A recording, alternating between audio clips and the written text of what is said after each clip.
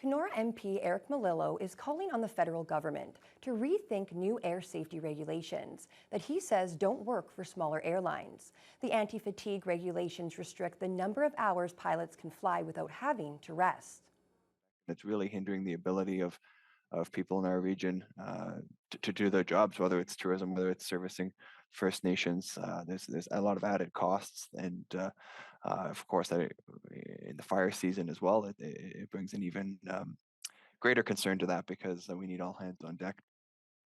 The new regulations came into effect in December for smaller aircraft. Melillo says the impacts are being felt increasingly as the summer months bring more demand. He says the regulations don't take into account the unique realities of the North or the essential nature of air services here.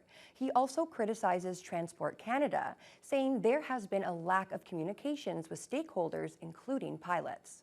They just have questions about some of the clarity around these regulations and how it should impact them, what they should be doing, if there are some ways that there can be some flexibility there, and there hasn't been a lot of response from Transport Canada. It seems like to anybody, so that's a huge concern for us.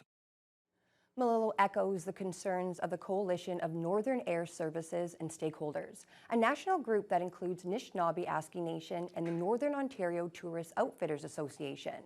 They say the changes are adding strain at a time when small airlines are already struggling with a pilot shortage.